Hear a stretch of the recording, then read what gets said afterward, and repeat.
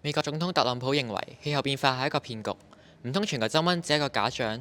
全球增溫即係氣溫自然嘅長期波動？儘管有唔少證據證明地球變得越嚟越暖，但係有人認為全球增溫只係個假象，因為喺漫長嘅地球歷史入邊，全球平均氣溫時有波動係正常嘅。有人研究整個地球歷史嘅全球平均氣溫，發現同過去80萬年嘅高峰相比，目前嘅氣溫其實偏低。所以佢哋認為過去100年嘅全球平均氣溫上升，可能只係長期波動嘅一部分。佢哋認為氣溫嘅長期波動可能由一些自然因素引起。塞爾維亞天文學家米蘭科維奇喺20世紀初提出，地球圍繞太陽運行時，三個軌跡嘅氣候變數嘅周期性變化，會影響地球冰河時期嘅始末興衰。第一個變數係地球環繞太陽公轉軌跡嘅形狀，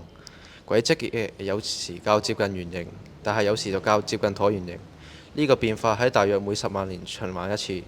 軌跡嘅變化會影響唔同季節抵達地球嘅太陽能量。第二個變數係地球自轉軸心嘅傾斜角度，佢會喺22.1度至到24.5度之間變化，大約每4萬年循環一次。呢個變化唔會改變由太陽到達地球嘅總能量，但係會影響日照喺唔同緯度嘅分佈。最後一個變數係地球自轉軸心嘅進動，亦即係地球軸心嘅搖晃。軸心嘅轉動一圈大約需時26,000年。地球軸心嘅搖晃同樣會影響日照喺唔同緯度嘅分佈。米蘭科維奇認為呢三個變數嘅周期性變化對抵達北半球高緯度地區嘅日照影響至為重要，因為地球大部分嘅冰雪面集中於呢個地區，而冰雪面嘅變化可以引致正回歸作用。舉例，當北半球高緯度地區所接收嘅日照減少，夏季嘅升溫唔足以融化上一個冬季嘅冰雪，全年嘅冰雪就會增加，而白色反光嘅冰雪會將更多嘅陽光反射返太空，減少地球接收嘅能量，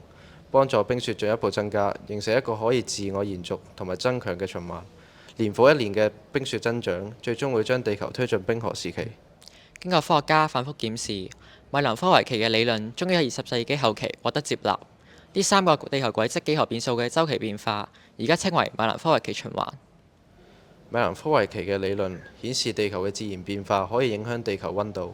有氣候變化否定者就利用呢個理論否定近百年嚟嘅氣候變暖係人為因素所致。但我哋必須注意，米蘭科維奇循環所涉及嘅時間尺度係以萬年計，變化過程相當緩慢。古氣候學嘅研究發現，過去5000年嚟，地球經歷一個長期而緩慢嘅降溫過程，同地球高緯度地區接收嘅日照所呈現嘅減少趨勢係一致。但到咗最近100年，地球溫度急速上升，完全逆轉咗過去5000年嚟嘅降溫。咁急速嘅升溫，又點可以理解為自然變化？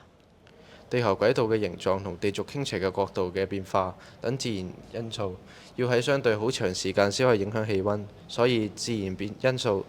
未可以解釋近年氣溫急速上升嘅現象，所以氣候變化否定者嘅論點係難以令人信服。經過長期研究，政府間氣候變化專門委員會嘅科學家得出，人類活動釋出大量溫室氣體係造成近數十年嚟氣候變化嘅主要原因呢個結論。